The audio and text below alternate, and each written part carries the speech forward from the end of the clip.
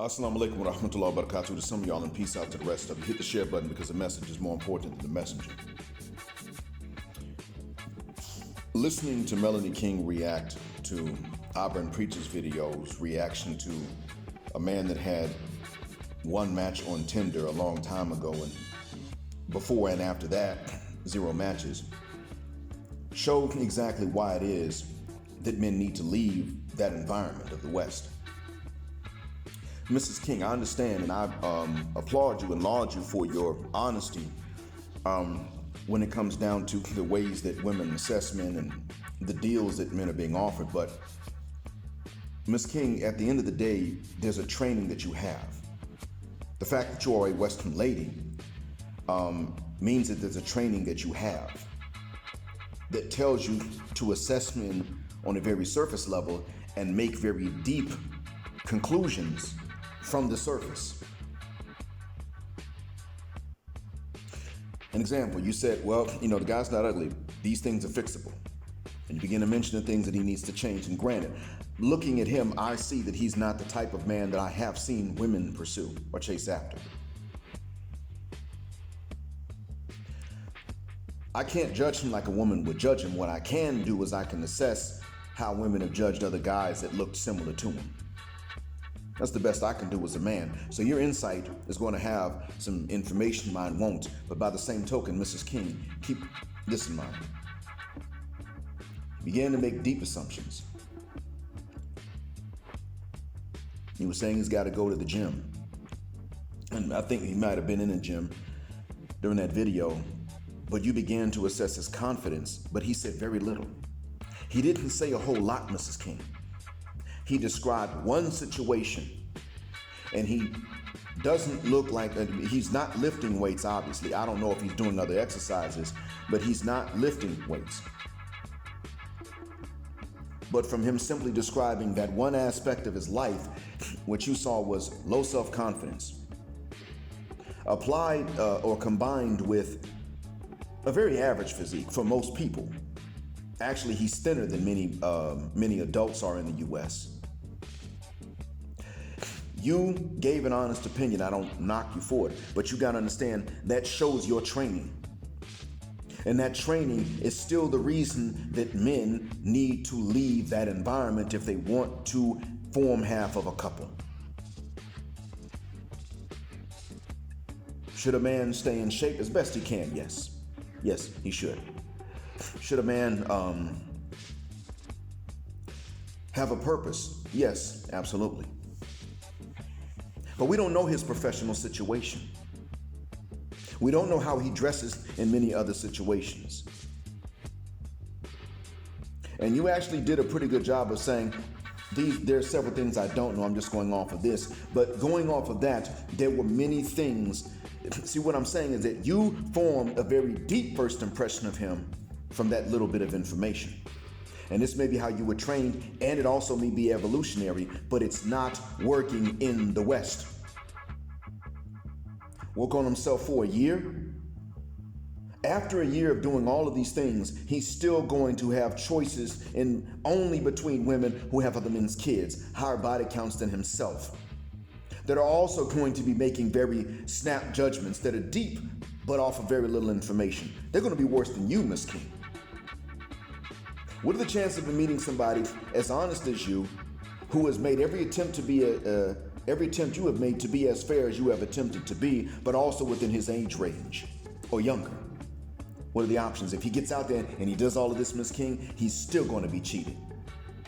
Because the lowest lanes that are out there, swiping left on him, still are going to be equally lame when he becomes Superman.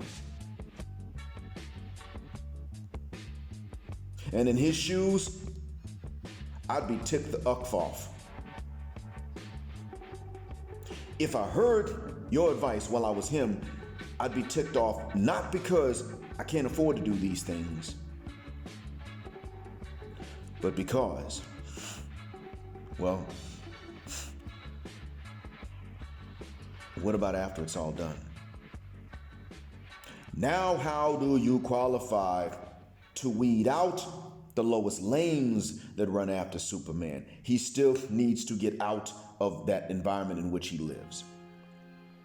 We're seeing a bunch of ladies, even though apparently my wife saw a news reel in which the U.S. said they're not going to get involved because the Ukraine actually is not a NATO member yet, so therefore they're not bound to. The fact is that I'm still seeing memes that were from maybe yesterday evening, still seeing memes and Facebook and Instagram and Twitter posts in which women are saying, oh, we're all for women's rights, but if war breaks out, we're going back to the kitchen. We ain't fighting wars. This is what they're saying. If war breaks out, now I saw one post in which a lady said, why are men doing podcasts? What happened to them going off to war? She wants men doing podcasts to be sent off to go and fight wars. So when we're seeing this type of ideology, oh no, we want everything that you men have except to have to go and fight wars. When we're seeing this type of thing, what it shows us is that as men, we have to be Superman just to qualify to be sent off to fight and die. And for what? The U.S. does not gain from this particular war. So for what? Fight and die for what? There ain't gonna be no spoils of war. It's not gonna bring up the living standard of a lot of people in the United States. They want us to die because they want us gone. And these are the lowest lames that are seeing stuff like this, but this man is supposed to go and build himself up. He needs to leave while he's doing all of this. Because in the end, he's still only going to have the following choices to make. Feminist, misandrist, ditzy, immature, overgrown girls with high body counts and probably other men's kids and likely a few STDs and some debts and terrible habits that they would never tolerate in a man. And that's what he's going to have to choose from. Who are also going to think, oh, I see a little bit of human vulnerability there. You must have been bullied when you were a guy, when you were a kid, when you were a teen.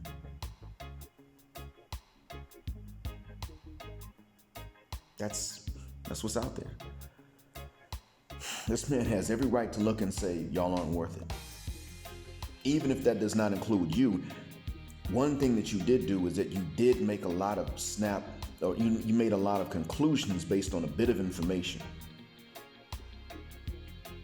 And that's what a lot of women are doing. A lot of other women out there are much worse than you. You said, I'm going off of what I can see. A lot of women don't have that kind of decency.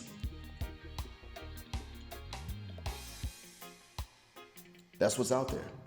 That's how harshly we're being judged, Miss King. So if you think that that men should not just be getting passports and bouncing when they feel like it's time to go ahead and couple up and leave a legacy, you've already shown why they need to.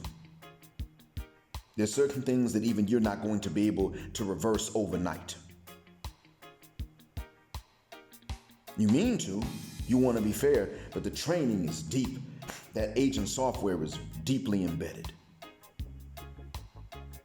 And that's part of why you're saying, look, we'll behave better over here, but in the meantime, don't get your passport and leave. No, shuck that fit.